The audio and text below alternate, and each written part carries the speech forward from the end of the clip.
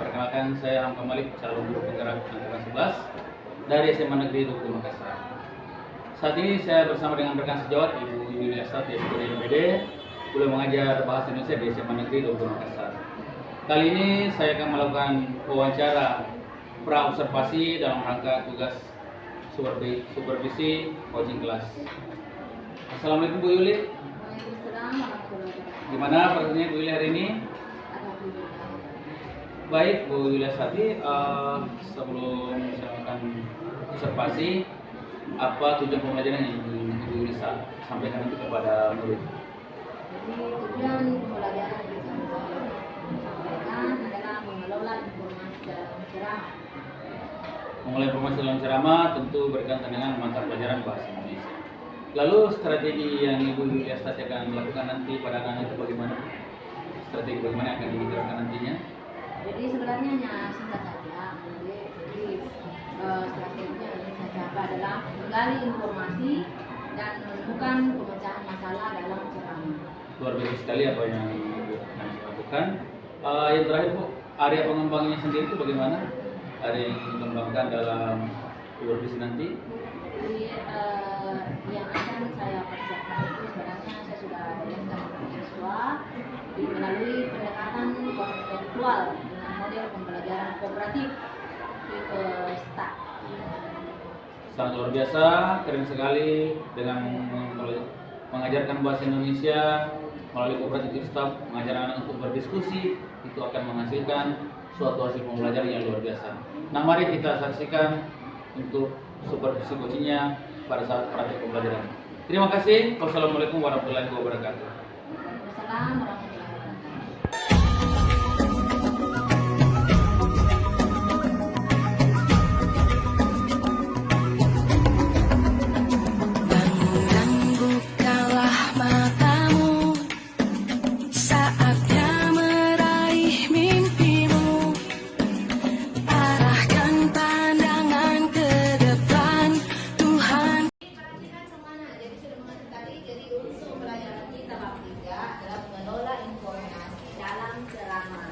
Jadi ceramah ini identik juga dengan pidato, tetapi ceramah identik juga dengan pidato. Nah, tetapi kalau disusun kalimatnya kan beda dari pengertiannya.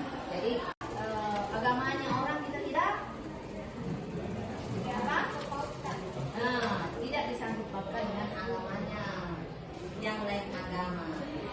Karena ada 5 agama yang berdiri di Indonesia. Kenapa?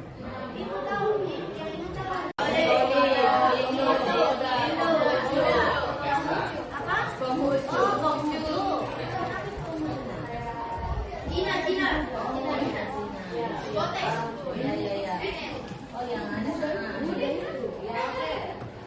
Lagi agamanya kemudian pidato adalah ajakan atau dorongan pada halayak untuk berbuat sesuatu. Jadi berbuat sesuatu nah bukan sesuatu yang sifatnya negatif. Apa yang kita mau sampaikan, apa yang kita mau ini intinya sebenarnya nanti saya promosi juga.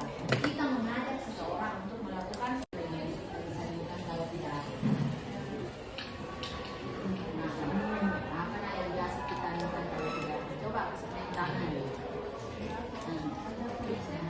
Iya, betul sekali. Jadi misalnya bagaimana caranya supaya kita itu sehat, menjaga pola makan misalnya. Halaman 79 ini tentang satu contoh teks pidato tentang Hari Pahlawan.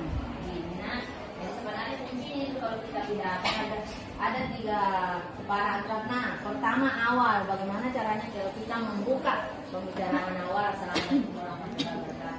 Misalnya sementara kita akan sampai pada hari yang bersejarah. Ini contohnya di buku Hari Pahlawan misalnya.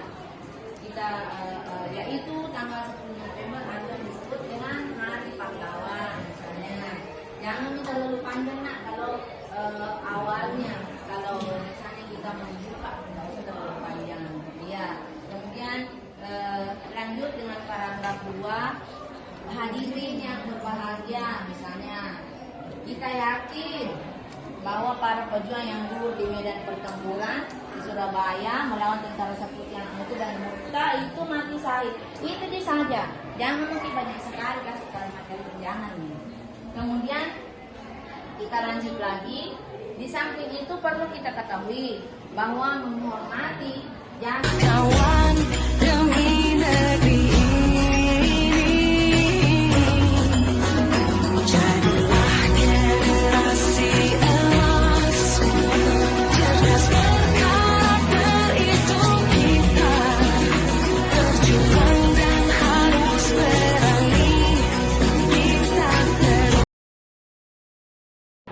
Nah, setelah kita melakukan coaching, melakukan supervisi pembelajaran, sekarang saya selaku coaching akan melakukan wawancara pasca observasi bagaimana dan apa harapannya rekan sejawat saya dalam ini Ibu Yulia Stati, terutama dalam hal pembelajaran bahasa Indonesia dalam mencapai seorang pemimpin pembelajar untuk mencapai tujuan pembelajaran.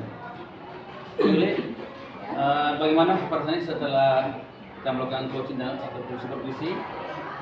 Jadi yang saya ajarkan sekarang tentang ceramah. Jadi perasaan saya selama saya mengajarkan tentang ceramah itu senang dan dapat pengalaman baru. Karena ceramah dengan kita belajar ceramah kita bisa menyampaikan suatu informasi, kemudian pengetahuan, dan kita tahu orang-orang bisa menguasai ilmu yang kita jelaskan di ceramah. Terus dari pembelajaran tadi Ibu Yuli lakukan itu, apa yang telah dicapai oleh murid? Tidak ada satu atau dua yang sudah dicapai oleh murid? Ya, alhamdulillah setelah saya tes kembali yang bisa yang dapat kita sudah tahu alhamdulillah kemampuan murid dalam berceramah. Jadi saya langsung praktekkan ambil satu-satu untuk membawakan ceramah. Kemudian yang kedua, anak-anak tambah lebih bisa bicara, lebih bisa menyampaikan pendapatnya secara terbuka, dan tidak ada maksud di dalam ceramahnya itu untuk memaksakan sesuai dengan yang kita inginkan. Jadi menyampaikan, kemudian menyampaikan sesuatu yang kita mau inginkan, menyampaikan sesuatu, kemudian anak-anak sudah bisa mengerti bahwa yang disampaikan itu sudah bisa diterima di teman-teman.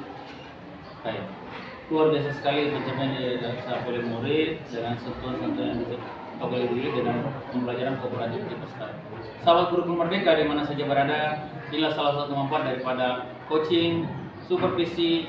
Kita bisa saling berbagi informasi, saling memberi pengalaman, sehingga kita bisa sama-sama mencapai tujuan bersama, memerdekakan murid, sehingga mereka bisa mencapai tujuan pembelajaran menjadi manusia yang cerdas. Terima kasih Bu Yuli atas waktunya. Terima kasih atas segala pertanyaan. Wassalamualaikum warahmatullahi wabarakatuh. Waalaikumsalam warahmatullahi wabarakatuh.